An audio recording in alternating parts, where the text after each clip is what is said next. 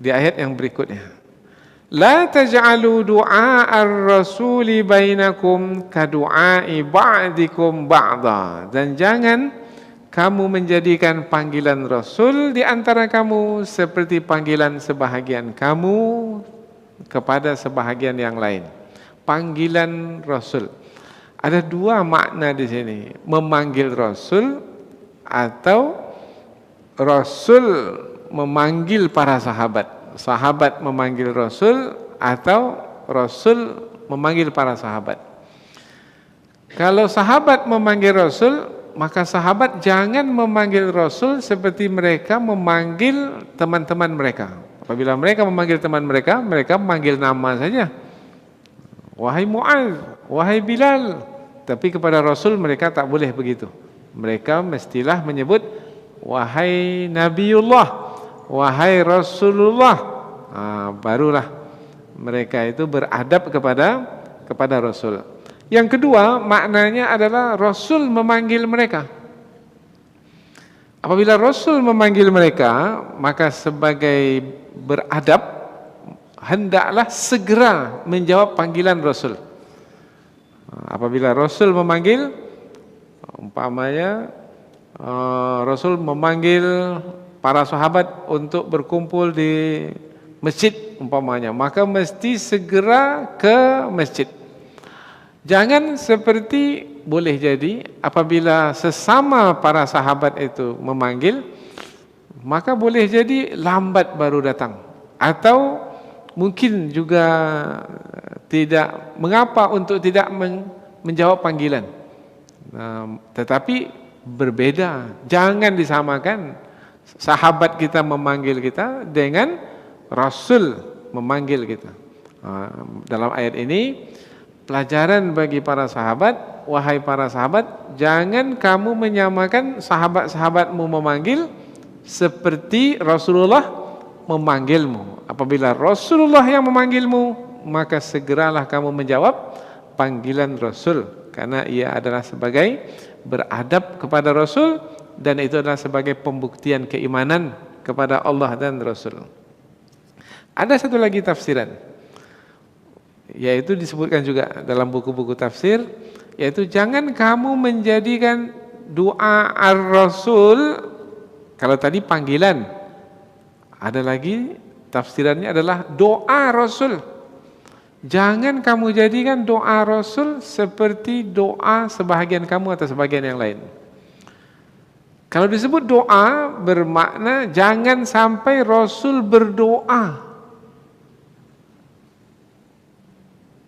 Kalau Rasul berdoa, bagaimana doa Rasul? Makbul. Tapi kalau doa para sahabat ada jaminan akan dikabulkan. Jaminan tidak ada. Tetapi apabila doa Rasul ada jaminan dari Allah Subhanahu wa taala. Maka jangan kamu samakan doa Rasul yang ada jaminan pasti diperkenankan oleh Allah dengan doa para sahabat yang lain. Nah, ini apabila berkaitan dengan umpamanya jangan sampai Rasul mendoakan yang tidak baik, umpamanya mendoakan kecelakaan umpamanya.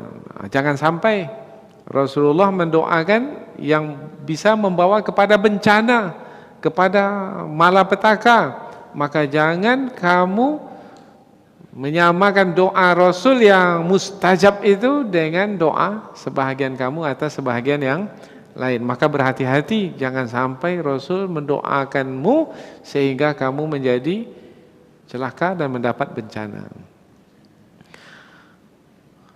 Qad ya'lamullahu alladhina yatasallaluna minkum liwada. Sesungguhnya Allah mengetahui orang-orang yang berangsur-angsur pergi. Yatasallalun ini pergi meninggalkan majlis dengan perlahan-lahan dan dengan sembunyi-sembunyi. Nah, biasanya tidak disadari sudah tak ada di majlis itu. Liwada di sini yaitu dengan meminta perlindungan kepada temannya. Ada juga penjelasan dari tafsir adalah ketika dia pergi itu dia minta perlindungan. Umpamanya tadi dia di tepi kawannya, nampak oleh Rasul dari depan. Kemudian dia berangsur duduk di belakang kawannya. Itu meminta perlindungan kepada kawannya. Di belakang kawannya, sehingga tak nampak lagi. Tiba-tiba kemudian perlahan-lahan dekat ke pintu hilang. Nah, yang seperti itu siapa yang melakukannya? Orang-orang beriman akan melakukan perbuatan yang seperti itu? Tidak. Maka ayat yang ini diterangkan oleh para ulama adalah sikap orang-orang munafik terhadap Rasul, yaitu mereka berangsur-angsur pergi meninggalkan Rasul dengan meminta perlindungan dari kawannya, sehingga tidak disadari sudah tidak lagi bersama dengan Rasul. Hati-hati, jangan sampai itu berlaku. Apa sebab? Ada ancaman dari Allah Ta'ala, yaitu orang yang melakukan perbuatan yang seperti itu akan mendapat bencana dan siksaan yang pedih karena tidak beradab kepada Rasul. Falyahdharil ladzina yukhalifuna an amrih, maka hendaklah merasa takut orang-orang yang melanggar perintahnya, perintah Rasul, antusibahum fitnah, fitnah akan menimpa mereka, atau au yusibahum azabun alim, azab yang pedih akan menimpa mereka. Fitnah, ujian, yaitu yang membuat mereka menjadi terbeban, sengsara dan menderita.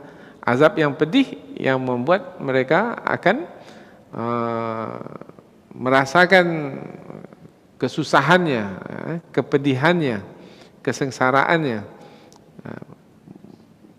Bahkan bukan hanya di dunia, tetapi juga di akhirat.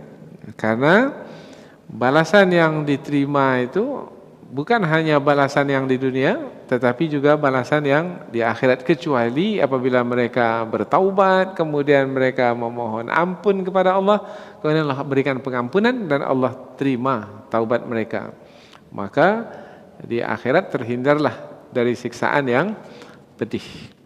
Nah, setelah Allah menerangkan tentang adab kepada Rasul, Allah menerangkan tentang dirinya, yaitu dirinya lah pemilik alam semesta ini, yaitu pemilik langit yang 7 lapis, bumi yang 7 lapis ini, Allah lah yang menciptanya dan Allah lah yang menguasainya. Apa saja yang ada di langit dan apa saja yang ada di bumi. Bermakna tidak ada satu pun dari ciptaan yang ada di alam semesta ini yang luput dari kekuasaan Allah. Semua dalam kekuasaan Allah, termasuk manusia, termasuk orang-orang beriman yang beradab kepada Rasul, termasuk orang-orang munafik yang tidak beradab kepada Rasul.